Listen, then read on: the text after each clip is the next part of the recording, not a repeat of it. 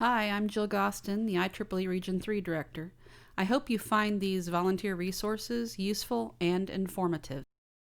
This is one of several modules which provide training and informational resources for individuals serving in volunteer roles at the IEEE region, section, and chapter level.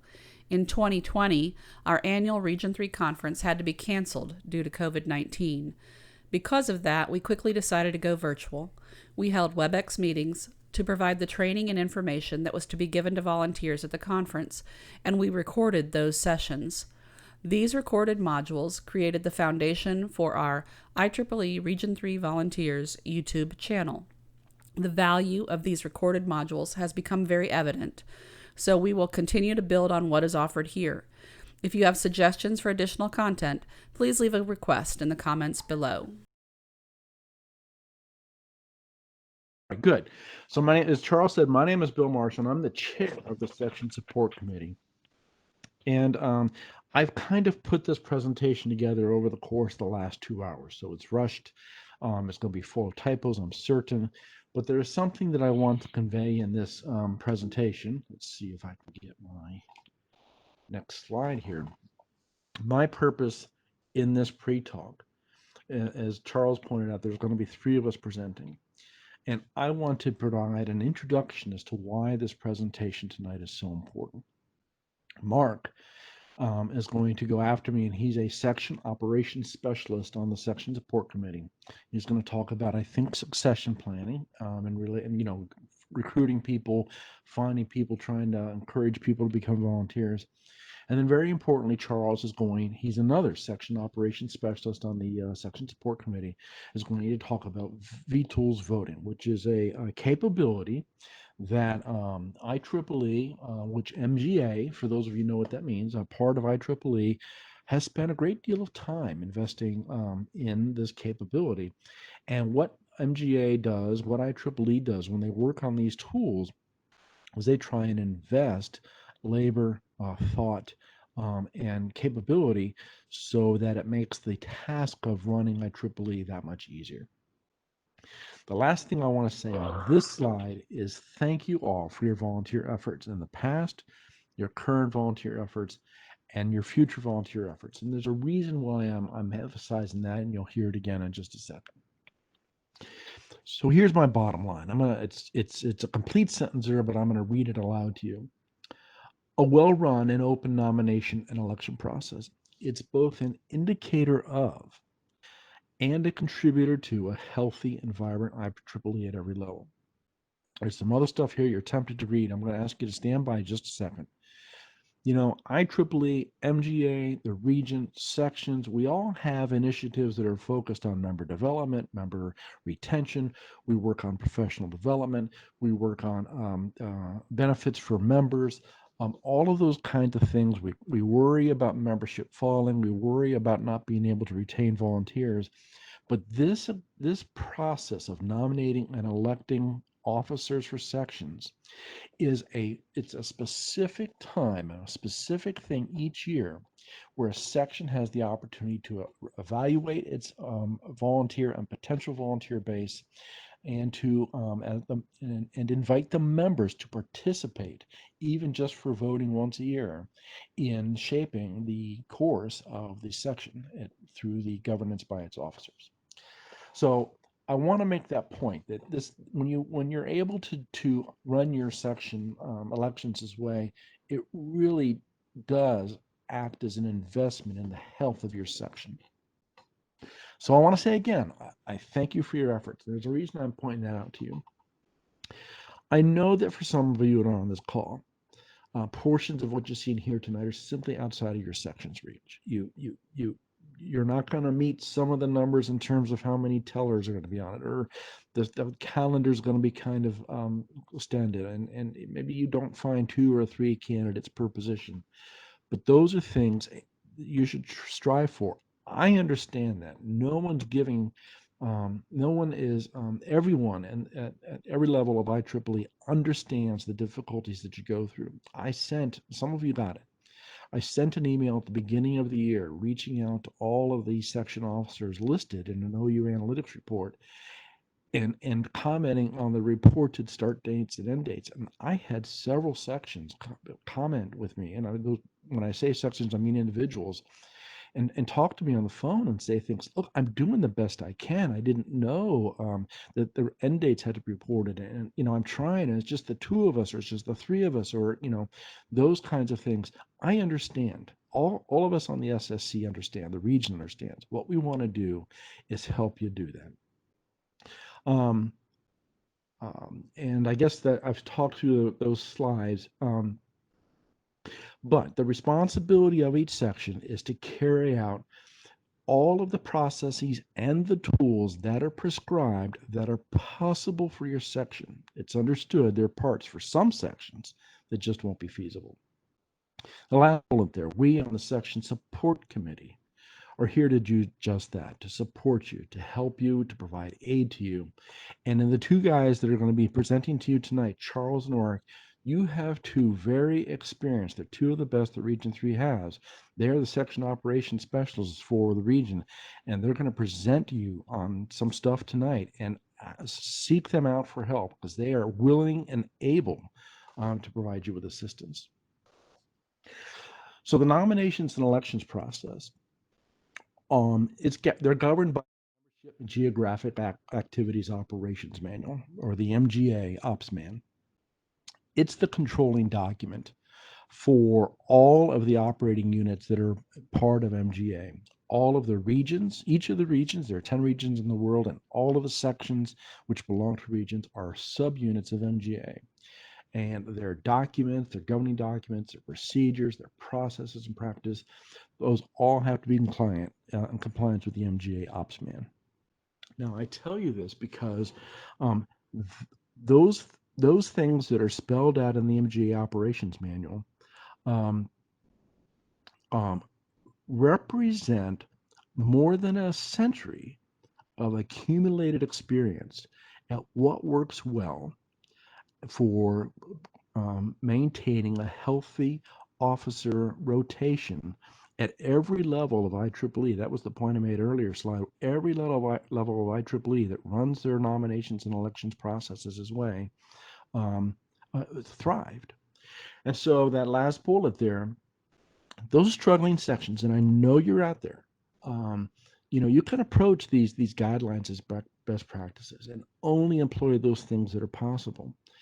But your continual goal, and there's a reason it should be your goal, because these things actually work, and they work well when you're taught, when you're tutored on how to use these things, should be the full execution of those processes and procedures that are outlined in that manual.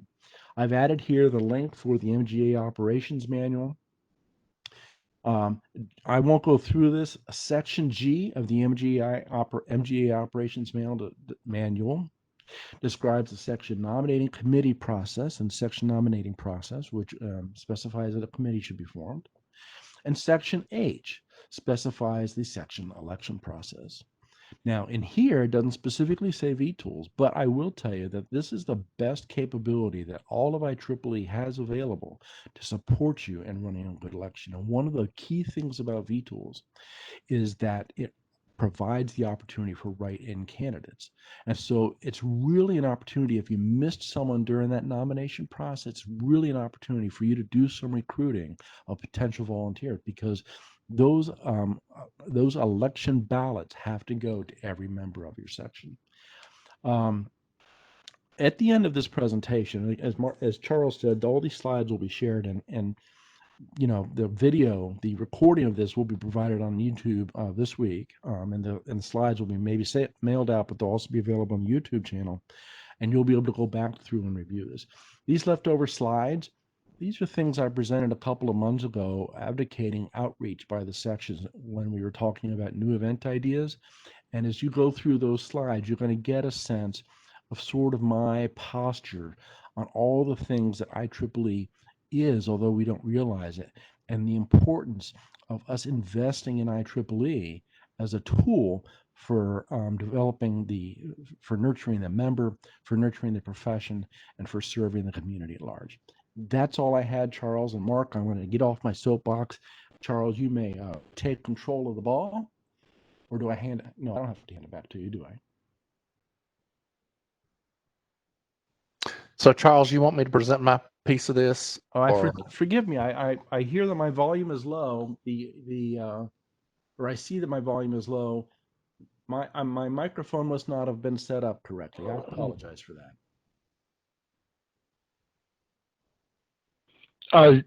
You're quite good level to me. I'm not sure Chris was having a problem. Chris, if you could do in your Q&A, if you're hearing me clearly, then we'll check on that. Mark, I have a few slides before we bring you in. Okay. All right. Welcome everybody again. Thank you, Bill, for that introduction. You actually covered a number of my slides, so that's good. Help this go a little bit quicker. I do have a little bit of introduction before we bring in Mark with his section in here. Do want to go over some other issues that Bill had touched on here about what people's roles are. A lot of this is review for very many of you. I see a number of our participants have about as much experience as Mark and I do. I will say that Mark and I, we're not quite 100 years of combined experience in IEEE, but we're up there. So we do have a lot of experience in this, and part of that is we've made a lot of the mistakes. I'll be talking about a lot of rookie mistakes today, and most of the mistakes I'll talk about are ones that I've made in the past. So, first off, what are we going to talk about here?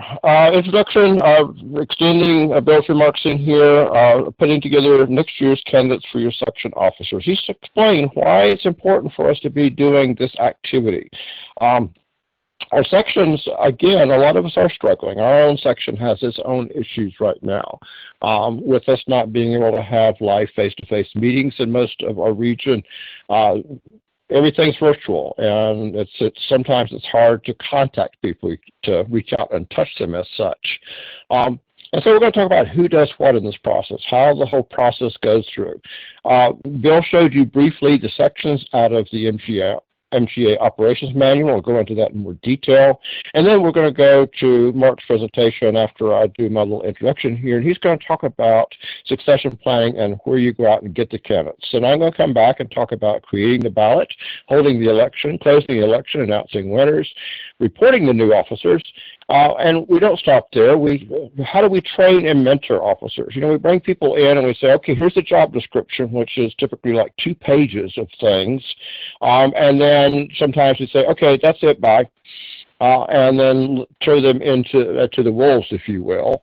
But there's actually a lot that we can be doing. And one of the reasons why we're looking at doing our succession planning and our voting now rather than waiting until December is so we have time to get people going on here. And we will be putting a lot of resources in there. Just like Bill did, I'm going to have lots and lots of links in this. I have a PDF of this that will be mailed out, or at least mail the link to, so that you can get those links, because it will be a little hard to get those off of the YouTube video that we're making of this. First off, a helpful hint.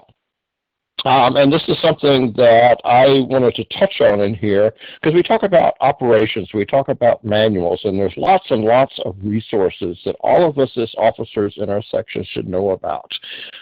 There's, of course, the governing documents. You've already seen one of those, the MGA Operations Manual, which is kind of the core issue in there.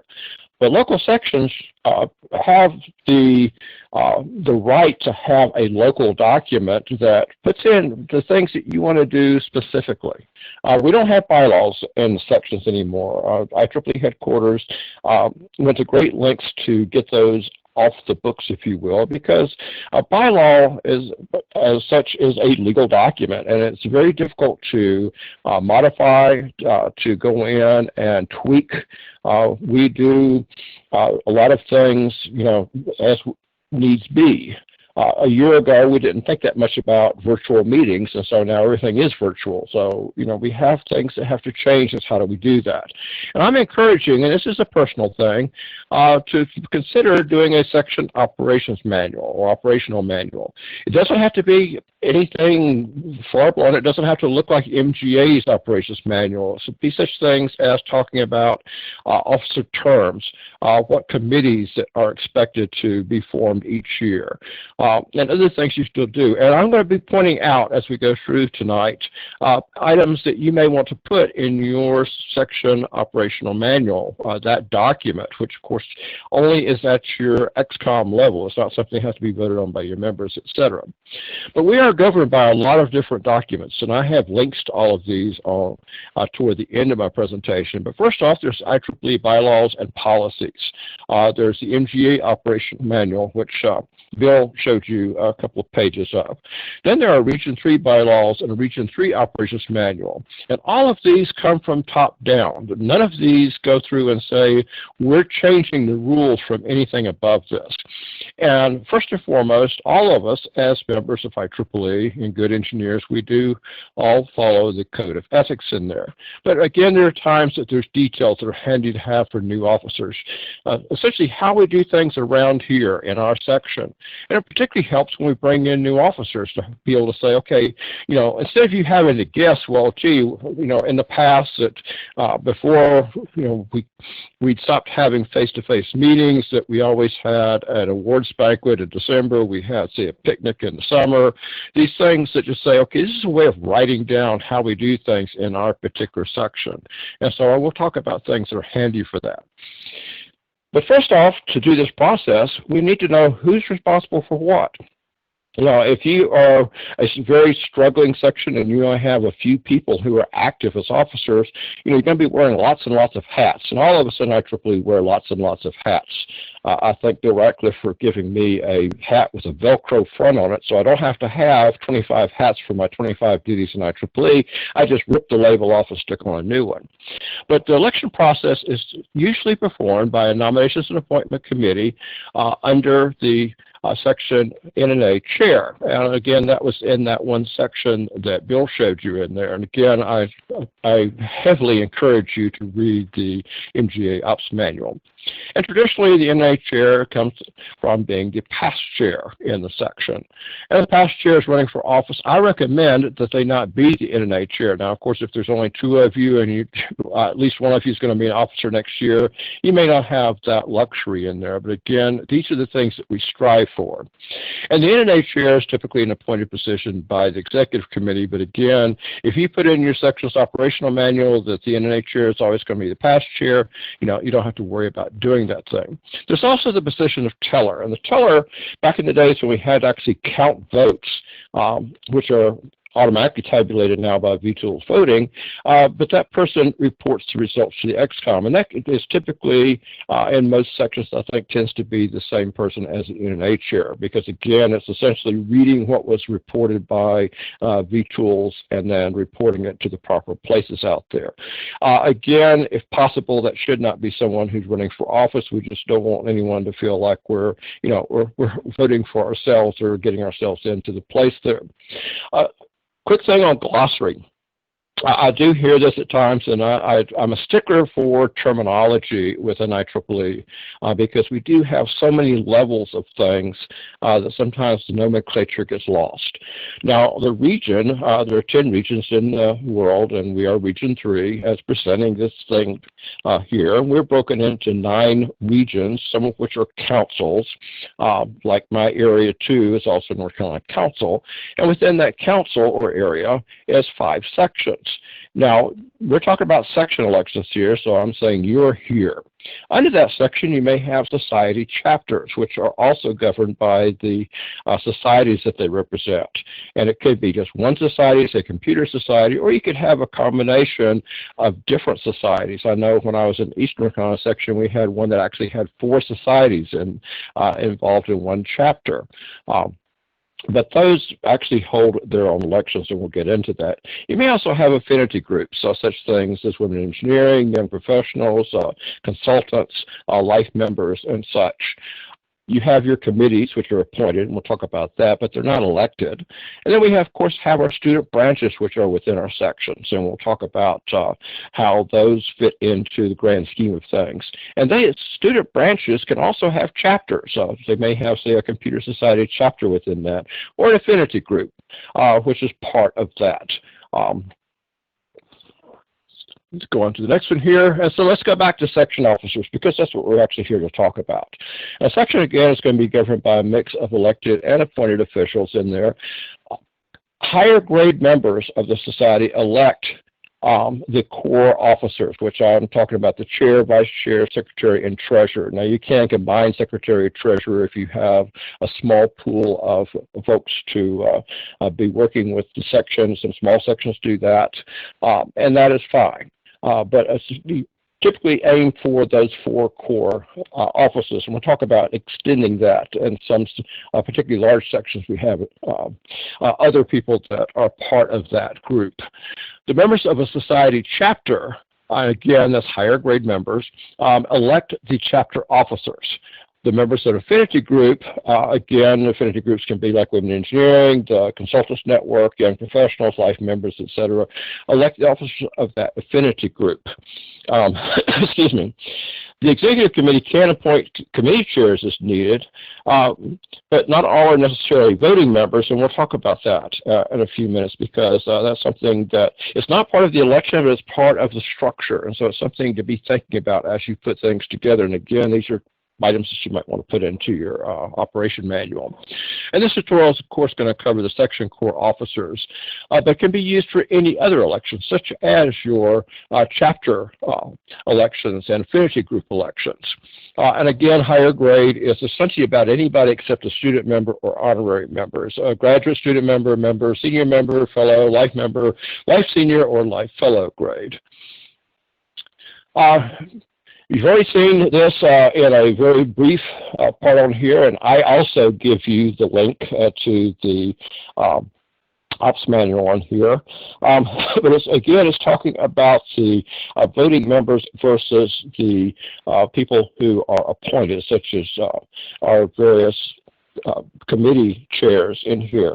One thing about that, when you do form your executive committee or XCOM, that you do have to have a greater number of people who are elected than are appointed. That's so that the folks who are making decisions in here are actually representatives of our membership, whether they're part of the total membership, such as your core officers, or they're part of a chapter or affinity group, and we're elected by those folks in there. Part 3 in here, something I also recommend to be thinking about, again, it's not part of the election, is the fact that you should have a section student activities chair if you have student branches, and almost all of us do. And it's very good to have a section student representative.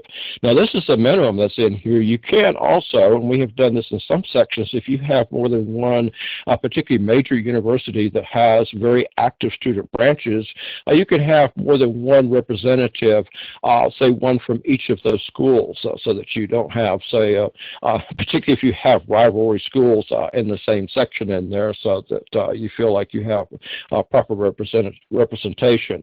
Now, the student activities chair, much like the regional student activities chair, is a full member of IEEE, such as what we call a higher grade, whereas, of course, the student representative, just like our regional student representative, is actually a member of a student branch, so they're either a student or graduate student member in there.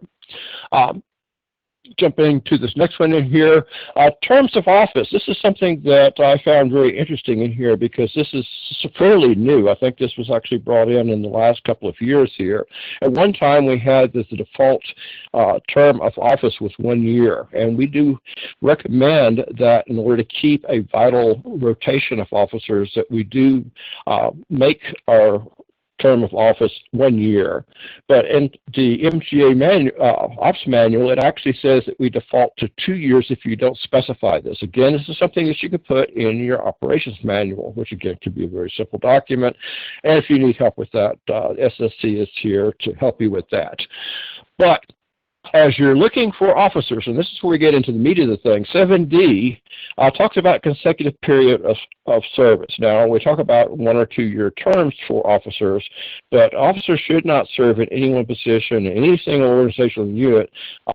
First off, no more than 4 years total in a row. That's the first sentence in there, but they highly recommend that no one serve more than 6 years total in a single position. Now, of course, you can be an officer in different positions all through here, but say for chair, if you were to serve, say, 2 years as chair, then take some time off, then be 2 years as chair, then take some time off. After you've done 6 years, it takes permission from the region director for that person to be eligible to serve more than those 6 years. We do need to get a rotation going in here. I know it's a struggle, and as Bill said, sometimes we have to fall back on what we can do. So don't feel that we're telling you can't do this if you feel that that's the only way that you can get things done.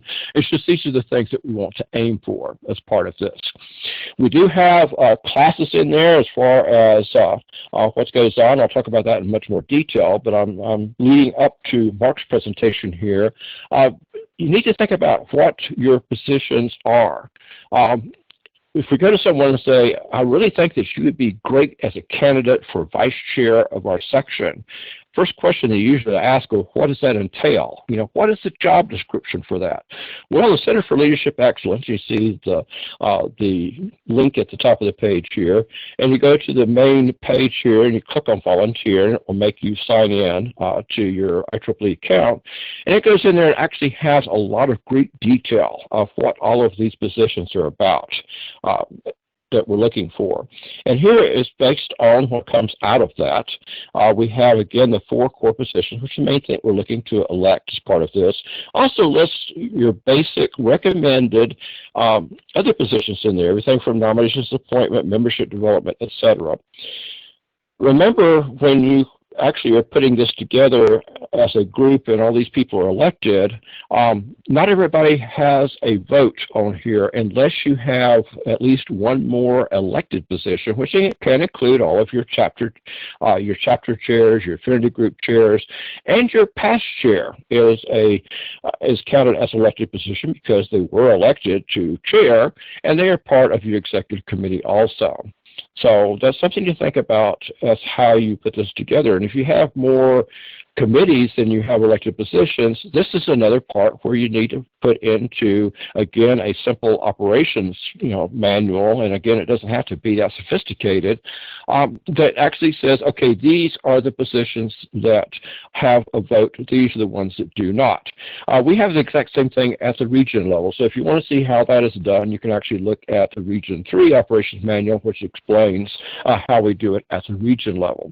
Again, all of these job descriptions are links. You see they're blue underlined, and so when you get a copy of this, you can actually click on these, or you can find them at that link at the bottom of the page there. And here's a quick example of what the section chair, this is the first half page of it. It's about 2 pages long, so that we'll go through what we expect the roles, what the responsibilities are, and what the qualifications are. A section chair should be able to communicate. A section chair should have some leadership skills or be willing to work on those. A treasurer should be someone who knows how to manage money. You don't give somebody who can't balance a checkbook the job of treasurer. We've done that in the past. Okay, so where do we find these candidates? It's time for me to pass the ball over here to Mark Forrest, and he's going to be basis. Many of you may have seen our Director-elect Teresa's great talk that she did as part of Southeast Con 2020's talks earlier this year, and a lot of this is going to be based on that. So I'm here to pass the ball, if you will. Okay. Now, okay, Mark.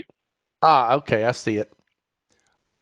So let's hope that you guys can see my screen now. Is that right, Charles? All right, good deal. So this is going to be a very quick review. Now, I wanted to check with Charles before I forgot about it. Do you want me to send you a PDF version of my presentation to put a link to in yours, or how did you want to start? We'll talk about it offline, but we will send Okay. a single communication out. I've made mine into a PDF because it's half the size of the PowerPoint. Okay. So this is going to be what I call the short version. And you'll see why that's the name of this in just a minute. But again, my name's Mark Torres. I work with Bill and Charles on the section support committee. And if you need any assistance, anything, give Charles a call. No, give me or Charles a call, and we'll be glad to assist you. The importance of succession planning. I just want to make a real quick run through this. It ensures the future of your section. It identifies qualified future leaders. It creates a structure for training and development, okay, because that's key to having a successful section. It pretty much, saying goes, disaster proofs your section because you've got the ability to know exactly where you're going to fall back on if something bad happens.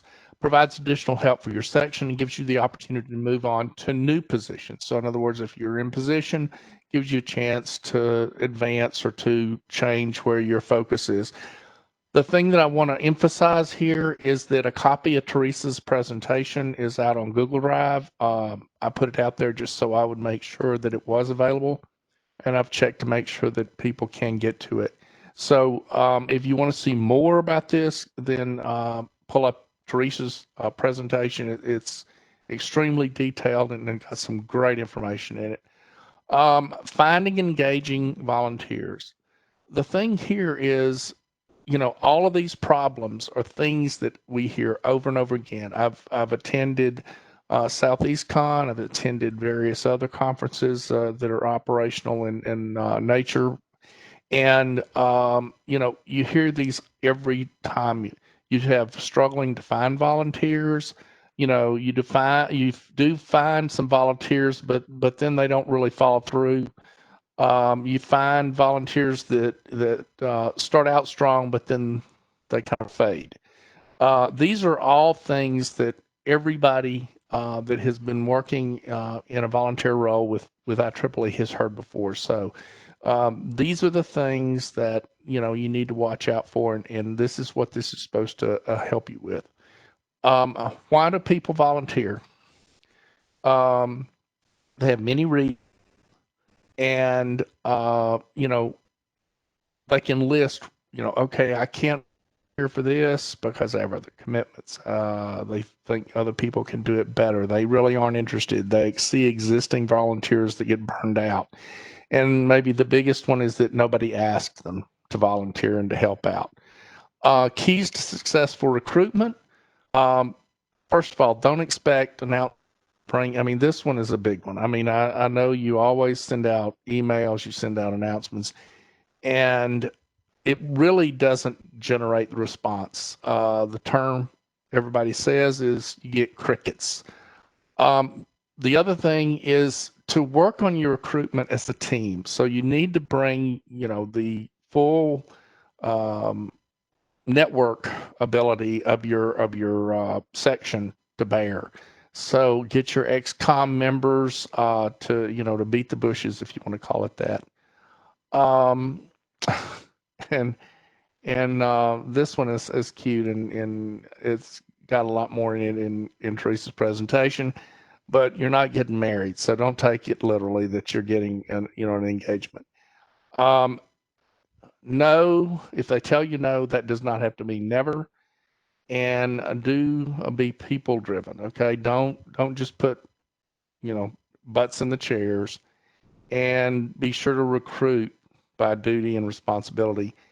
And the general feeling is that most people are kind of wallflowers. Most engineers are wallflowers, so they probably want to be asked. So just ask them. The other thing I want to do is a very quick flyby on finding volunteers. I also there's a document on Google Drive that is the full overview. Now then, the full overview is like 60 to 70 slides, so I did not have time for that tonight, but I'm going to give you a few key pointers so that you can make the best of it. This is the main thing that you will see. I stole this slide out of that presentation. It's the primary things that you need to know about it. It's dashboard driven. There's basically 6 modules. Those are made up of the little items that are shown over to the right, and those are the ways you get into the various sections to access. OU Analytics. You go and log in, and the location of that is this link up here at the top. So you can type in that in OUA and go straight into it. The thing I wanted to go after was this is how you find some of your best potential volunteers. So the volunteer dashboard is where you view all volunteers by region, the OU and the name of the member and the positions. So what that shows you is, I'm going to show you is you will go over into OU Analytics, you will click on volunteer history, and that will bring up this next section. And under the volunteer history, you're going to do the following things. You're going to pick region, your section. It's already filter for active members. And what you do is you can pick out things, and I blacked out or out something so that you don't see names here, but it will have the last name, first name, middle name, email address, grade, gender, and then all the information about what this person has done in the past. So they were an affinity group chair or whatever. Follow these instructions. You can export it to an Excel spreadsheet by clicking the download. This download is in the upper corner, the upper right corner of the screen. And then you select the file format box. So I always pull down the cross tab. To me, it makes a much cleaner download when it opens it up in Excel. And so that will generate you this report that will allow you to see all of the people in your section that have volunteered in the past. You may find that you have a treasurer who was a treasurer in another section and just moved in. And he's, you don't want to just attack him, but he's an opportunity there to go after that person as a future volunteer for your section. The other thing I want to let you see is that you can go and look for things such as your young professionals. Maybe you need to get a list of your young professionals so that you have an opportunity to recruit people to assist in your young professional or in your consultant network or in or Life Member. So what you do is you open up the membership subscriptions section on that front menu, and this will present you with this screen. And you have all these tabs, but hit the detail tab and then fill in your membership is what you're looking for. And then you can go after the various different affinity groups. And of course, your region 3 and whatever section you're in. And then that way it will generate you a list of all those people in your section that are young professionals, WEs, they have identified as a Life Member or as a consultant network member. So those are just some ways that you can find people. And I'm going to stop and go back over this real quick. Back up. What you want to do is come over here to volunteer position. I'm kind of one of these people like, okay, let me back up. Let me tell you what I told you and tell you what I told you again. So go to volunteer position. Go to volunteer history in volunteer position. And then select these fields here and download the data, and it'll give you a full list of everybody that's ever volunteered within your section, regardless of where they did their volunteer work. Then, if you want to, and I'm going to flip back up here, if you go to membership and subscriptions on the main dashboard, and you flip back over to that, you can find members that have helped with affinity groups that might give you a group of people that you can contact to get your section assistance within those affinity groups and build up I'll call it a small group within your section. I gave you two two presentations that will provide a lot more detail.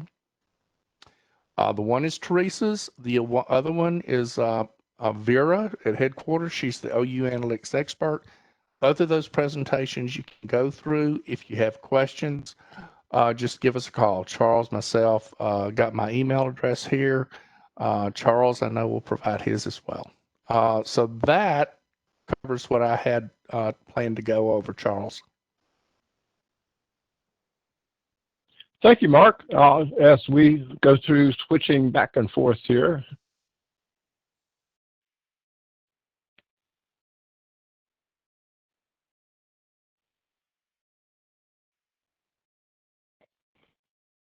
Oh,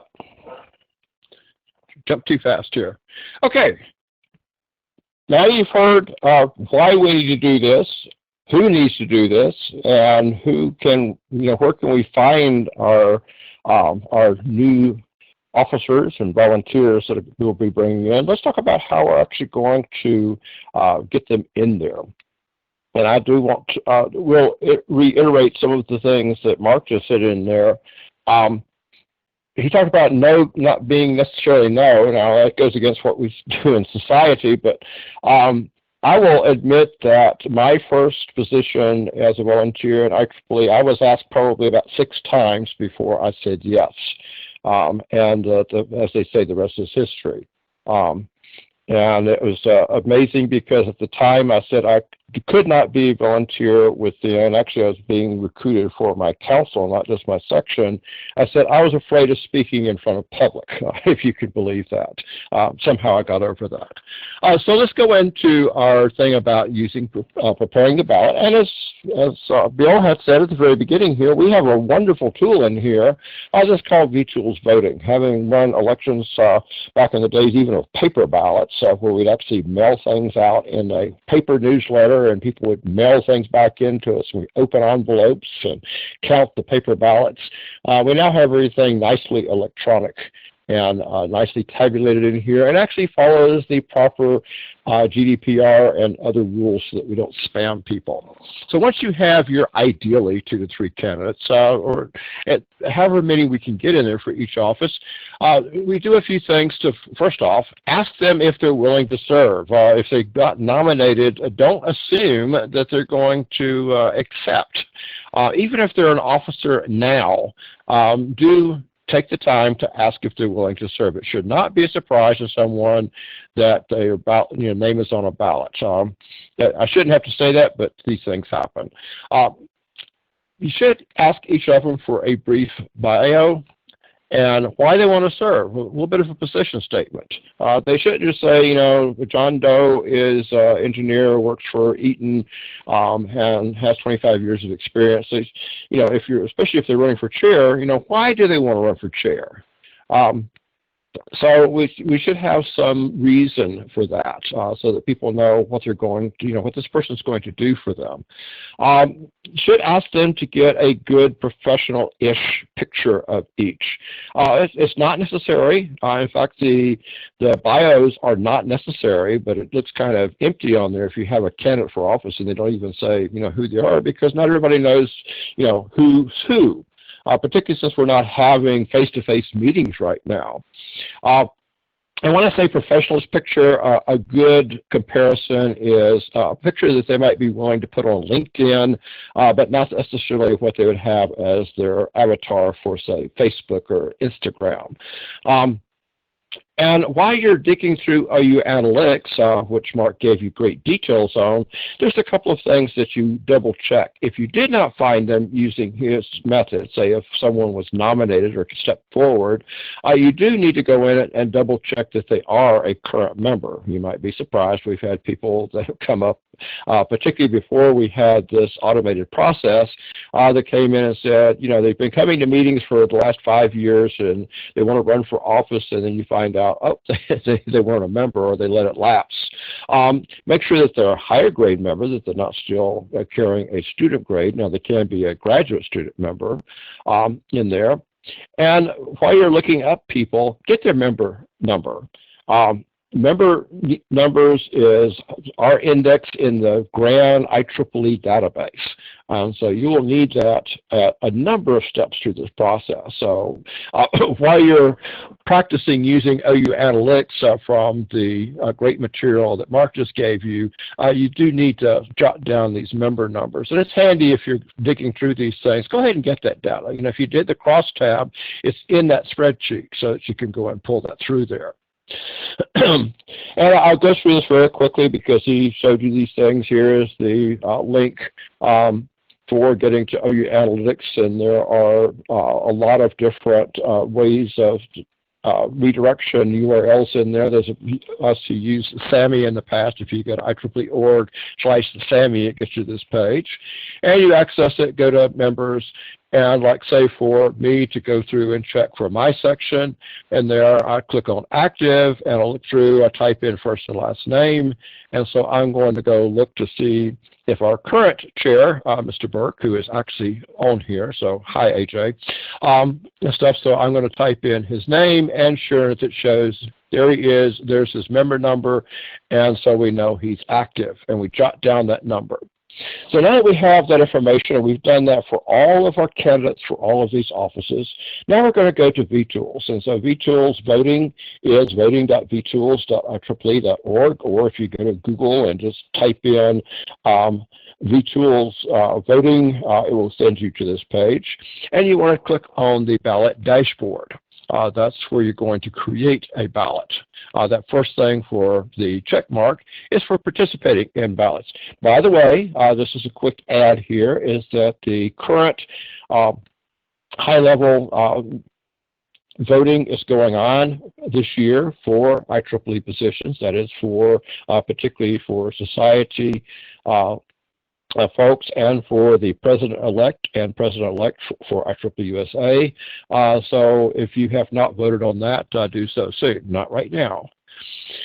Click on here and the ballot dashboard starts off as a new ballot. You see that circled up there. You're going to select which organization is under there. So you're going to go down and find your particular organization, and you're going to use some sort of template just to make things a little bit quicker in there. So we're going to click on those, and I'm going to show you an example of what we're doing for my section, which is the West North Carolina section. And I'm going to use the chair, vice chair, secretary, treasurer template because those are the 4 positions we're going to be electing in here. Now you can add to that if you have other positions that you're going to elect, and we'll talk about that in a moment. Or if you have a combined secretary, treasurer, there actually is a template for that also. And then we're going to click on the create, which is the bottom circle thing on here. And that throws us into this part here where we actually start creating a ballot. So first off, we're going to select our section name.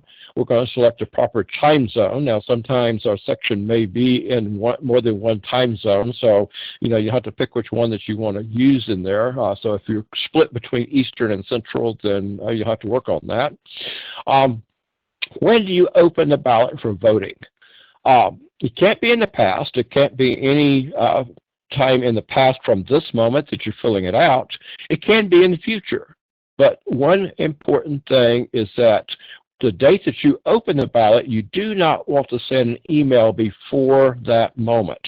Because if you send say I set this thing, right, it's set for 1st of September, which was yesterday, so I couldn't do that right now. So if I was to set it up for the 6th of September, do not send out an email before that time, because what happens is people will get the email that we're going to generate in a little while here, and they're going to click on it and say, oh boy, I want to vote. And they click on, and they go in there and it says this election's not open yet. Guess what? It's going to be very difficult to get that person to go back and vote later until they get a reminder on there. So we have to be very careful about that part in here.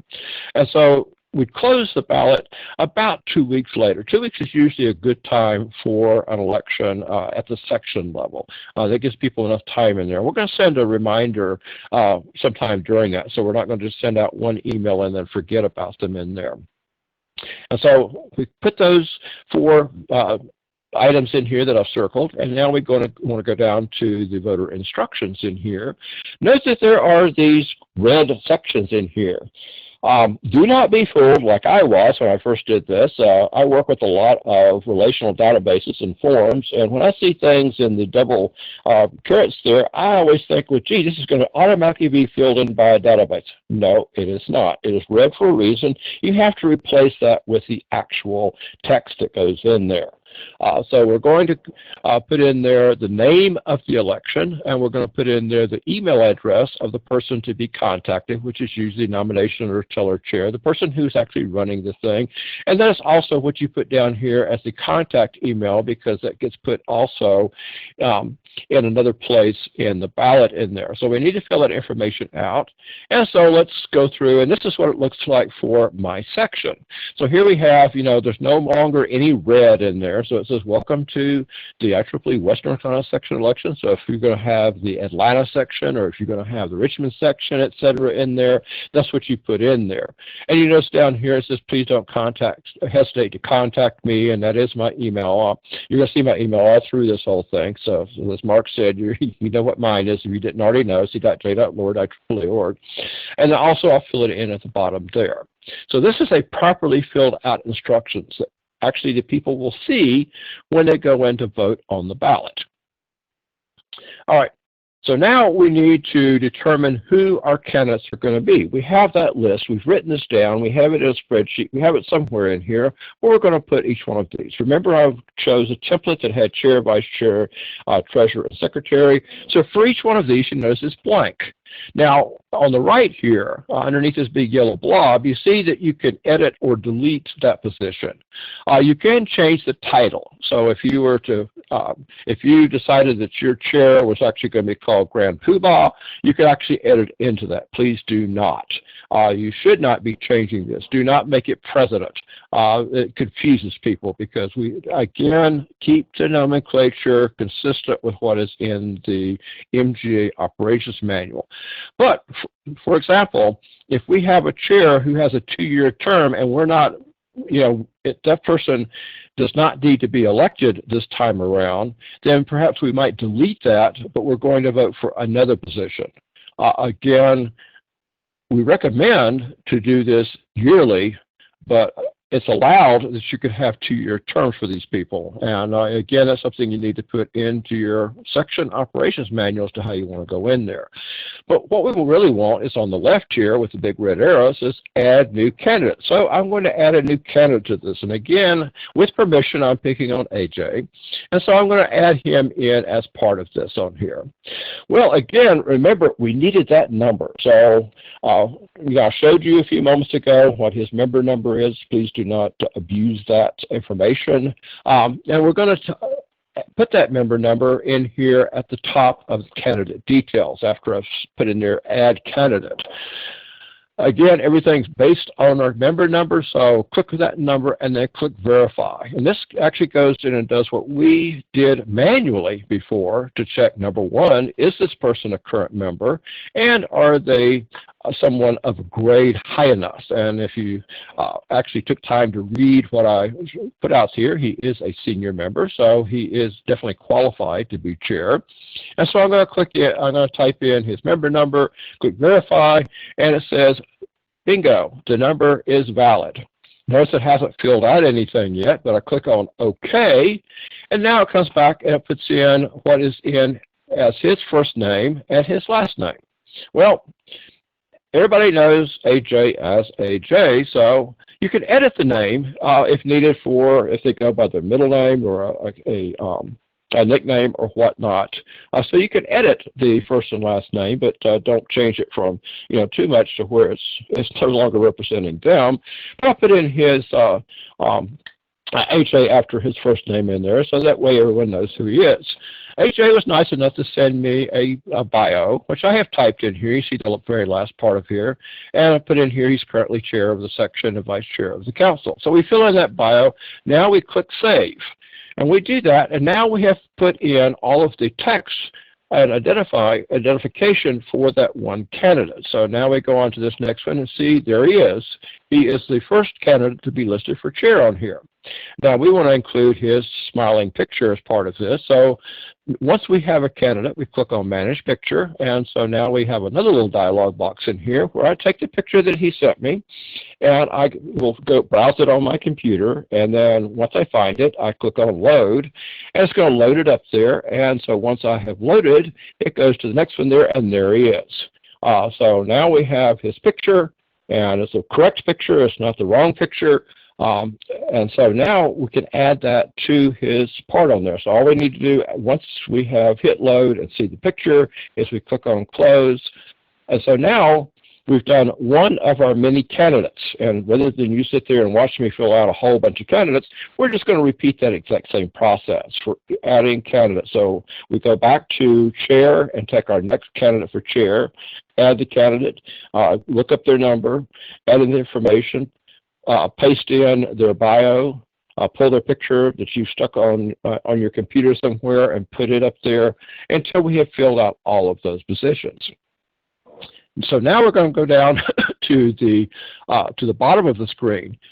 It has a thing on there, Add New Position. So if you have another position that you put in there, again, anything outside of the norm of those 4 positions should be in your little section operations manual. And again, I'm plugging that you do this because if you don't document, how are people going to know what to do? That's kind of the basics in there. And again, it doesn't have to be very formal. It just has to be clear, and it has to be something that, and again, it should be sent to your region director, who also checks with the MGA, make sure that you're not suggesting doing something that is not part of IEEE's rules that we're going by in there. But you can click on there, so if you have someone that's called, say, a board member or a multiple, say, a first vice chair, second vice chair, or whatnot, those are fine, but again, they should be documented, and then you can add those positions in there. You don't put in such things as chapter chairs, affinity group chairs as part of your general, what goes to your general membership. Those are elected by their own entities, whether it is society members within your section or affinity group members, such as your consultants or your members of Women in Engineering. So we looked underneath this, and the next thing on here, it says allow write-in candidates for each position. Now, IEEE has some rules about people write-ins, and in fact, people should be going through the petition rules for candidates if they want to add someone that you did not nominate. 99.99%, you're never going to have an issue where you'll have enough write-ins to where it affects things.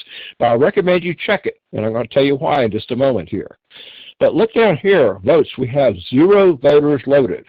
We need voters. My section is fairly small. It's about 255 members or so, but we don't have any people in there. But we have this button to the right that says Load the Voter List.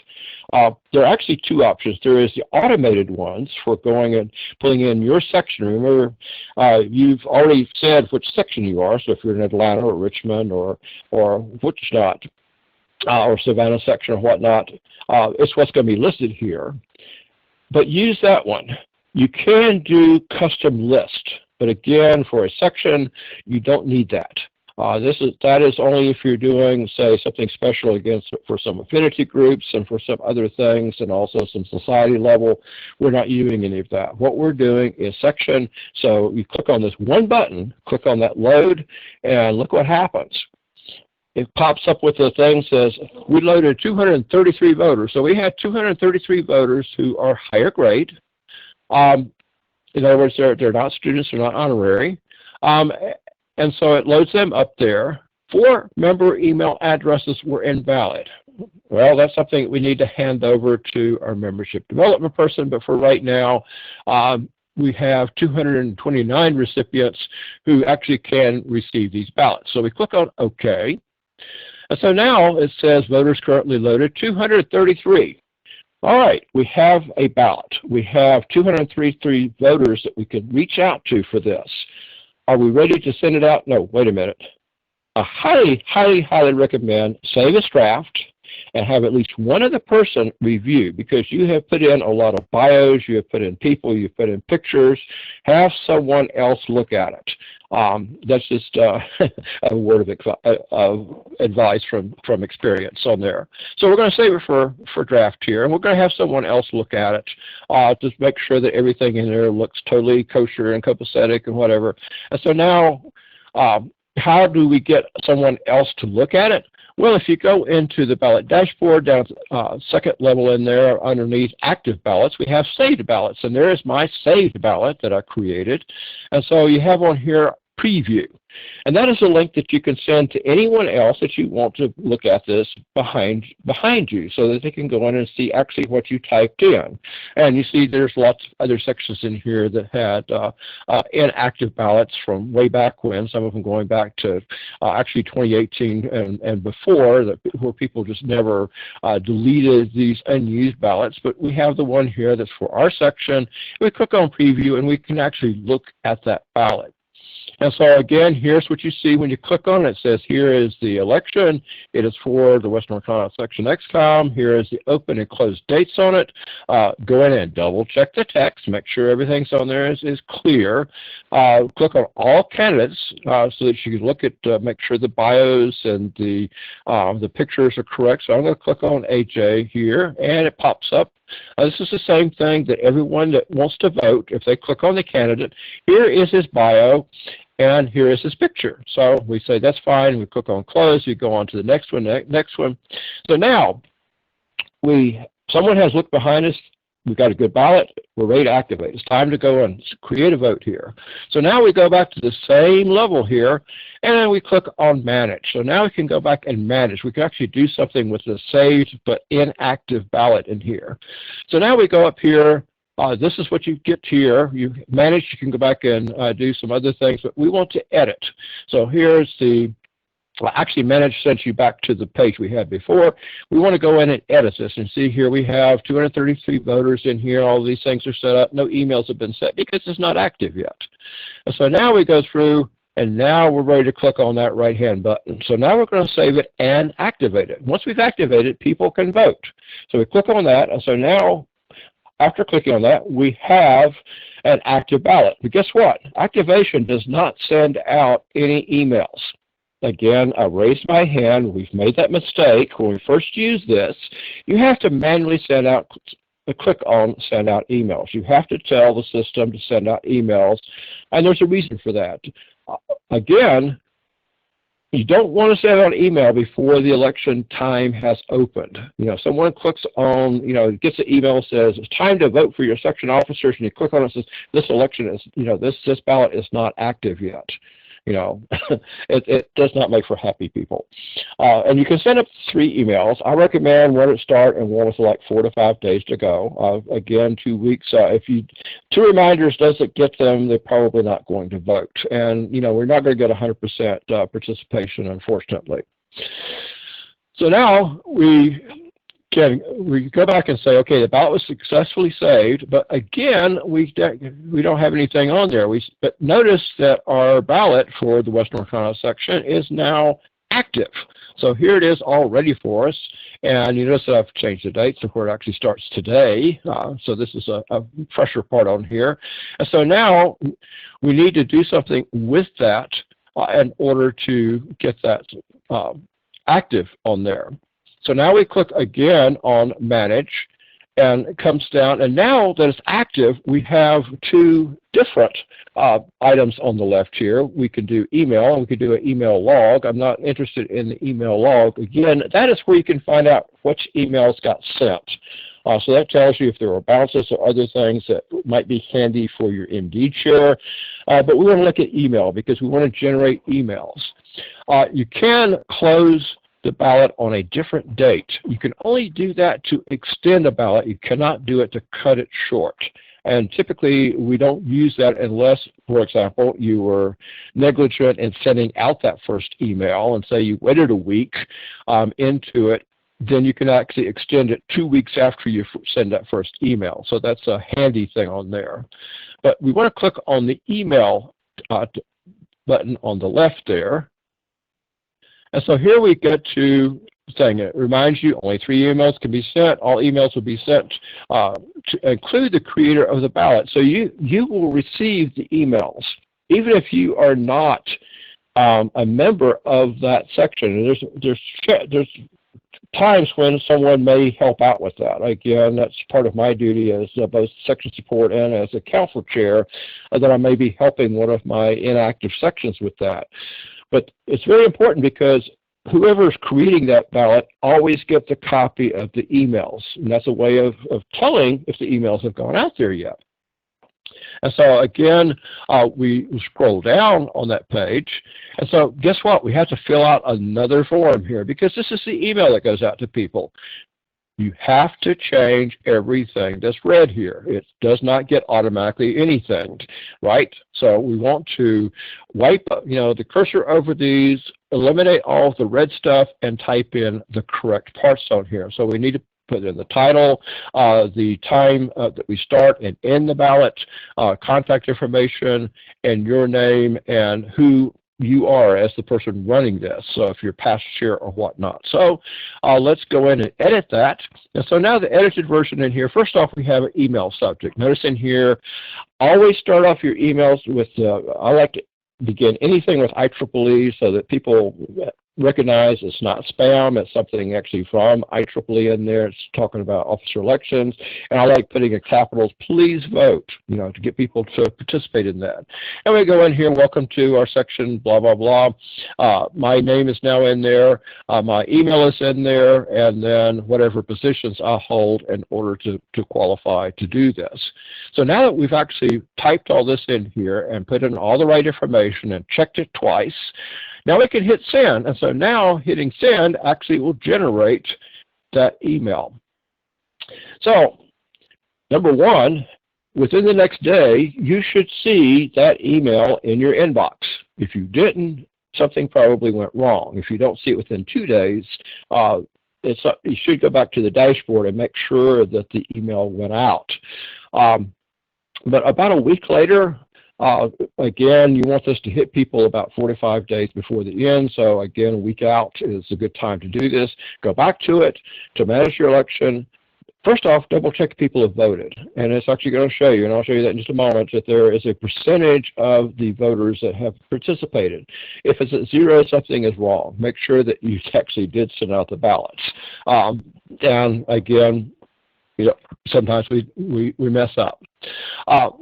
And again, if you didn't get a copy of the ballot email, then no one did. And again, repeat this process to send another email as a reminder.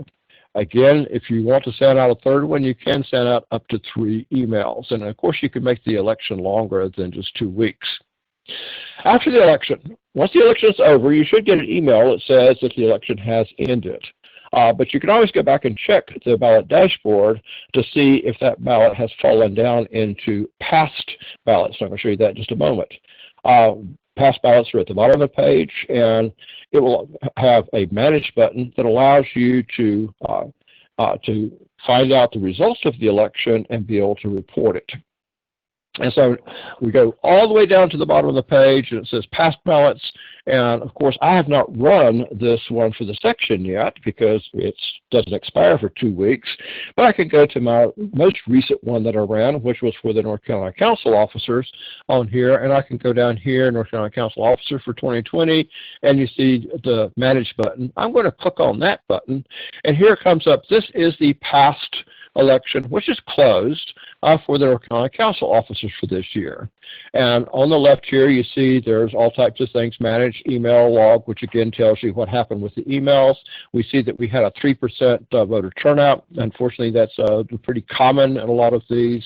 Out of the 3954 people who got ballots in here. But we want to click on the thing that says View Results. So that we can see what happened and see who won. We click on that, view results, and here it goes. It shows here are the people who won these and stuff. And so it shows not only who won, but it shows that there were write-ins. There was one write-in for 3 different names on there. Remember I told you there's a reason why we like to do write-ins. I now know 3 people who either voted for themselves or were nominated as such for being officers or volunteers for this entity, for this council or section. These are people who you put on that list that you go and approach next time you need a volunteer. Remember, you don't wait another year because you got your committee chair positions. You've got other duties. Again, go back to Teresa's talk, talking about, giving people mini tasks, about, someone to do one thing just to get their feet wet on helping out there. But we see in there that we definitely had like 97%, we had 99%, and we scroll down through here and see that we had definite winners for each one of these positions. On the left, same place where below we did that, we can download the results. And it gives you an actual CSV which tells you how many people voted for each of these positions. This is what should be reported internally to your executive committee as to, this is the teller results, if you will, of who got votes. So it tells you all the write-ins, it tells you all the percentages in here. This is not something that you broadcast to the world, and I ask all of you to respect the privacy of this, so I'll put this information in here. But again, here it gives you the people who were elected to these positions, but also folks who would be good to approach for upcoming committee chairs for next year's election, etc. We're not finished. We go back to that 2 slides ago where we had, report to see the results and to download the results. We have report results. And actually what it does, it just throws you into vTools Officer Reporting, which you can manually go to also. That is a way, if you're going ahead and reporting to IEEE who these officers are going to be, even though their office doesn't begin until January 1st, you can put them in now and put in that their term begins January 1st, 2021, and have them in place, because that helps headquarters, it helps you with your reporting. Remember, to get your rebate, you have to do this step. Why not do it now once your election's over?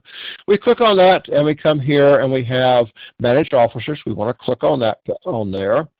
And you go in, and so it just says organizational unit. So now you have to figure out what it is. You can start typing the name of your section in there. I type in Western, and sure enough, you see down there under section. So you scroll down, scroll down, scroll down. It says Western North Carolina section. Now, if I'm an old person who's been around forever and knows the geocodes for my particular section, which is a very handy thing to know anyway. I know R30173 is my particular section's geocode. I can actually type that in and jump right to it. And that's on my next slide here. Okay, in here, so if I know R30173, I typed it in. I don't have to go through any drop-down list because there it is. And so I just hit return, and so now it knows that I'm doing officer reporting for my section. And so it comes up here with the instructions on how to do this. And so it lists who all the current people are. Now, I'm not going to mess with AJ because he is already chair on there. I notice on here that another hat that I wear is I run the consultants network in the section. I'm not listed on there, so I'm going to show you how I'll load that in. So I click on Chair for Consultants Network, and then click at the top, Add Officer for that, and that sends me to the next thing. And sure enough, I have to know my member number. Well, everybody should. I hope everybody on here has memorized their member number. If not, of course, you have that nice little membership card, which should be in your wallet. On there it says, I've been a member for 35 years, etc. I type in my member number, and for that thing, now for this case, I put in term start on January 1st of this year. You will not put that for this election. You're going to be putting in 1 January 2021. And again, you have the little calendar feature to the right to put that in there. And we're going to click on submit. And so there I am highlighted because I haven't saved it yet. And so now it has on there my name, which is all caps in the database for some reason.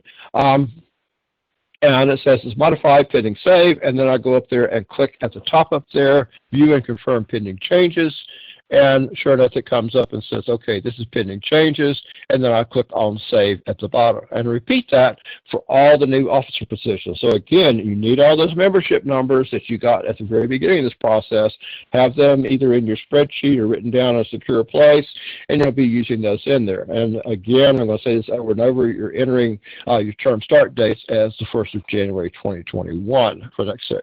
Congratulations, you have your new officers for 2021, but wait, there's more. And I miss that guy from infomercial days.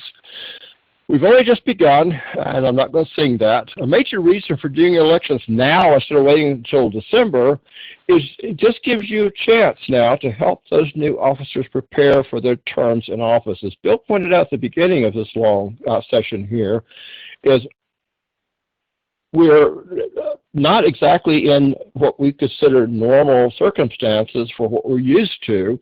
You know, everything's virtual. You know, it's not that easy to get together face to face and go through, you know, training and mentoring and stuff. So this gives us extra time to get people up to speed, particularly when you bring someone into a new position. This is the ideal time for current officers to begin training and mentoring their replacements. And again, this goes back to Teresa's excellent presentation. It talks about mentoring. Mentoring is something that has been an integral part of IEEE. And again, as he mentioned, over 100 years, since 1884, the people who started the two organizations that became the IEEE always was about mentoring and about you know, bringing along the next person that's going to be doing things. So it's a great time for the past, current, and newly elected officers, again, to document anything that you're doing above and beyond what is in those documents I talked about and that Bill and Mark talked about at the beginning on there. And it's time to send people back to school. The Center for Leadership Excellence has lots of great tools in there as far as training, as far as expectations, as far as putting together plans for next year. It's not too early to start planning for what you're going to do next year because, knock on wood, that we're going to be able to start meeting and face-to-face, you know, operations sometime next year, maybe earlier, but again, a lot depends on that.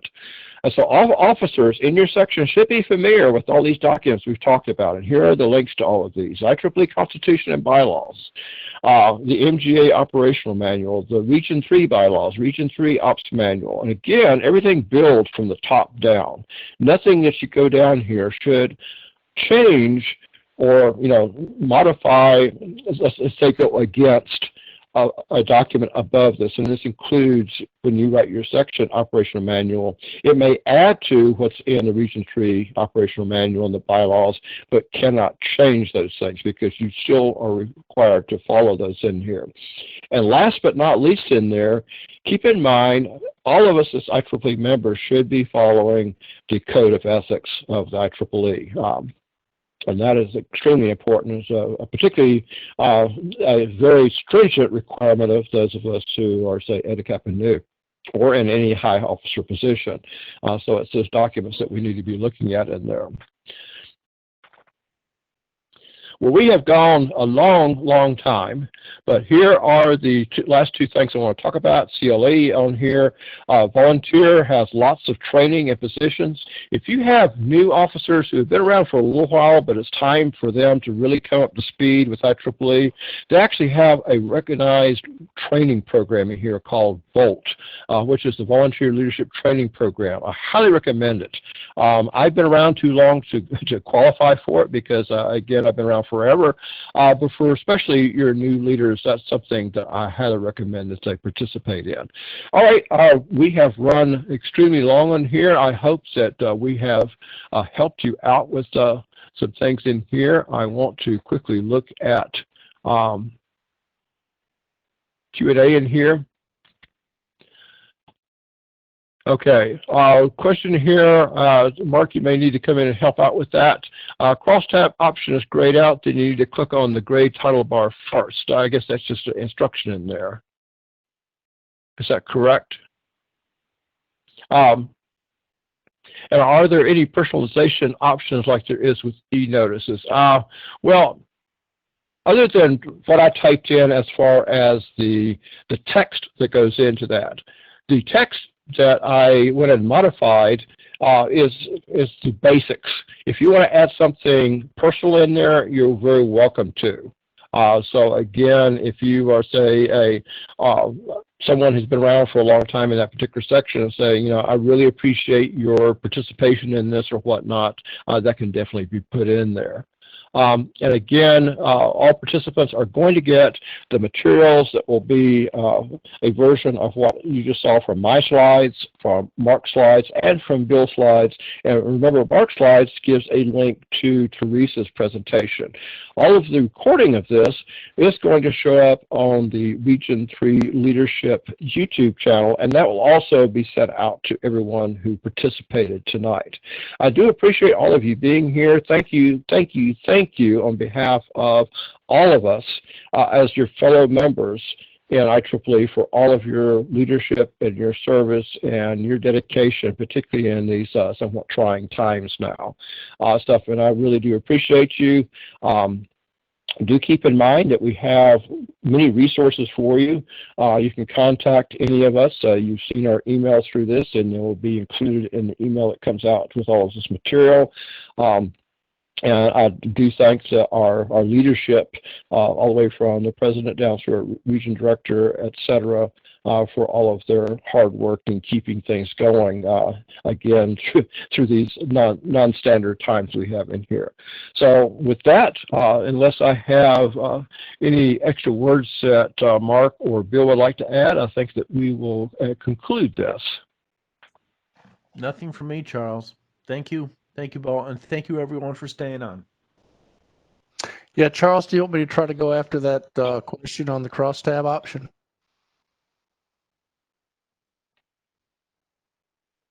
Charles? I think it said, again, let's see, Ellen asked that, so I think Ellen may have just been explaining this. Did you see the Q&A on here? It says you need to click on the gray title bar first. Yeah, so I think what it is yeah, you have to click on the top bar, and then it will allow you to do the crosstab. okay, so he was explaining that. And again, thank you, Alan, for that input, and thank you, Mark. Okay, everyone, thanks again. Please be safe, and hope to see all of you at our next event in here, and we're going to end this and talk to you later.